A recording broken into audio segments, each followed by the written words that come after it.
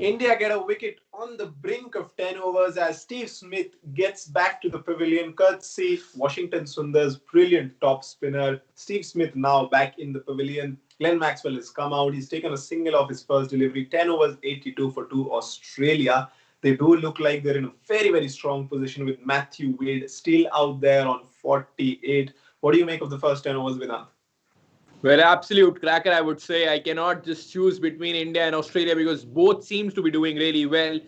Skipper Aaron Finch departed a little early in the innings, duck for him. But even then, how good has been Mathew Wade? I think he has been a pure find, and I think in the absence of David Warner, he can surely step in and can help Australia to be in some good positions. Even now, I think when Steve Smith and Mathew Wade were batting, it looked like that Steve Smith was on the back foot and Mathew Wade was on the front foot. So he has been able to lead the side from the front, and that is very good to see that some new faces are coming.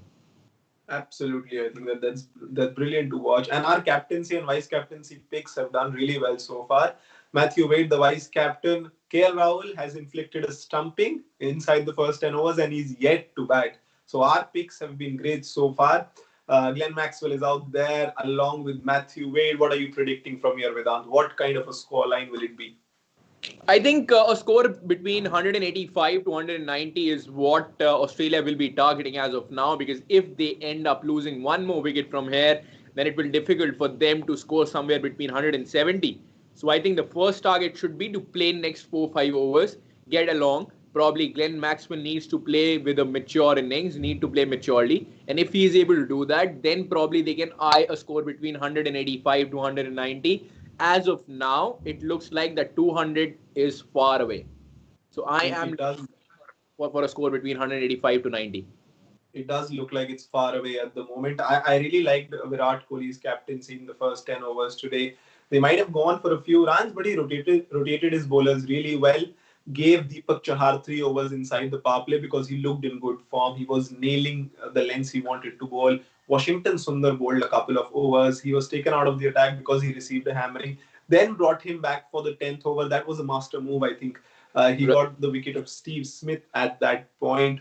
Virat Kohli has done really well today, though the scoreline doesn't suggest that because 82 for 2 in the first 10 overs. But to restrict Australia to below maybe 95 in the first 10 overs is a good job because of the batting paradise. What do you think?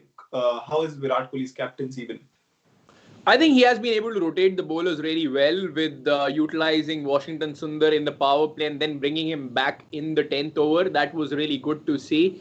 And I think overall, the side is looking very good. When it comes to India, they have been able to know what is their responsibility, which did not see in the first two matches in the one-day internationals. But after that, I think everybody knows as what to expect from whom. Exactly about knowing your role in the team. I think now everyone knows. Natarajan comes into bowl after the power play, or maybe one inside the power play. Deepak Chahar knows he has to swing the ball. He has to not. He isn't supposed to restrict runs with his knuckle balls and slower balls. Apart from that, I think Mathew Wade has been a real revelation for Australia. We still haven't seen Darcy shot, and I don't think he'll get a chance to bat today because we still have Moises Enriquez on the bench. What do you think? Darcy shot? Will he be the Manish Pandey of Australia today? I think you have put it in the right way. Will he be the Manish Pandey? I think he would want to be somebody like Shreyas Iyer or a Sanju Samson and not be Manish Pandey in terms of the chances he gets for Australia in the coming. Even then, I think they might well get an opportunity because you never know. I am not banking on Glenn Maxwell, and it becomes a little difficult for somebody like Mathew Wade to continue after he scores a 50. So then probably somebody like Moses Henriques and of course Darcy Short can come into picture. But as of now, Virat Kohli looks a little unhappy. I don't know why he's looking a little unhappy, but he is unhappy. He wanted to ask for something. The impact was online. Wicket was hitting. What was the reason behind it? I think we were so engaged in our conversation that we actually missed it. We did miss it. I think that a review was available. I think it got pretty late. Maybe the umpires did not see a signal for a review because this is absolutely plumb. Mathew Wade should have been back in the hut by now, but Natarajan will be continuing, of course. Nataraj. And I think my just what I said a couple of minutes back, that Matthew Wade fails to continue after 50, that would have been true as well. But unfortunately for India and me, both things haven't happened. So, what do you think? How well can he actually utilize this opportunity? Because even he has seen it on the big screen that if that review was taken on time, or if the umpires would have seen he was back in the pavilion, how important will it be for somebody like Matthew Wade for continue from here? Yeah, one chance has gone begging for India already. Mathew Wade should have been back in the pavilion, but he's still out there. So big chance gone for India if he continues till the 20th over, which seems unlikely, as you said. But if he does manages to do so, India might be staring down the barrel. They might be looking at a score of maybe 190 plus. Ideally, India would want to restrict Australia below 190 or maybe around 180, 182, 183. That's the ideal score India should be looking at the moment in order for India to defend the total.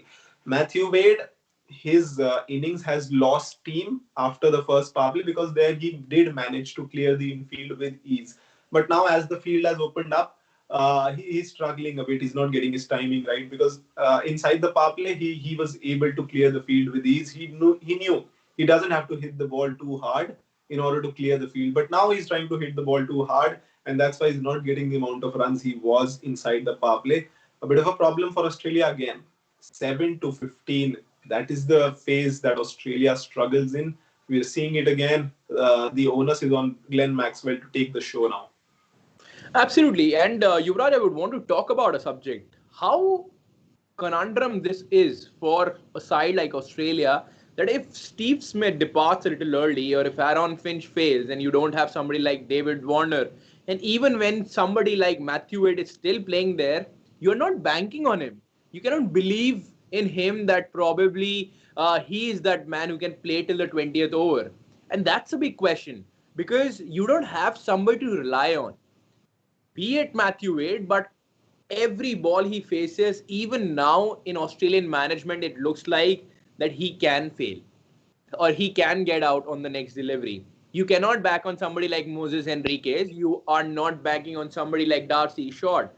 Glenn Maxwell is not performing in the shortest format of the game. So, do you think it's a big question mark?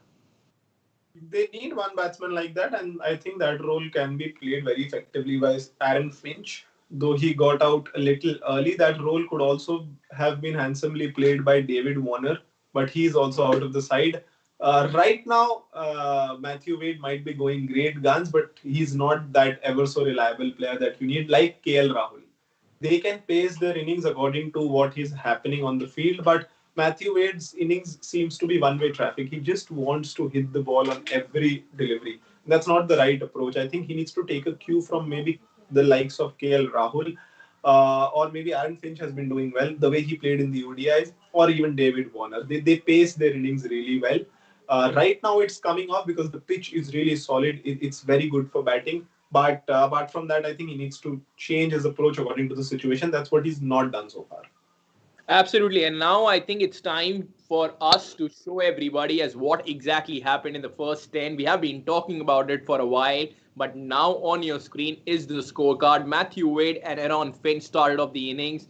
Washington Sundar was able to dismiss Aaron Finch for a duck, just faced two deliveries, and Hardik Pandya didn't do any mistake and was able to catch the simplest of catches. Then, of course, Steven Smith ended not a 50. So that's the wrong score which is coming from our end. But then he scored 8. I'm not wrong. Glenn Maxwell is currently out there in the middle. And then, of course, Mathew Wade has scored 48 of 35 deliveries then. But now, as I'm seeing on the screen, he has gone past 50 runs. And that's really good for Mathew Wade and Australia. India has been able to utilize 4 bowlers thus far. Deepak Chahar has bowled 3. Washington Sundar has completed a quota of 4 overs. 4 overs 34 and has picked 2 wickets. Natarajan has bowled 1 over 6 runs, and then Yuzvendra Chahal 2 overs 13 runs, hasn't picked a wicket thus far.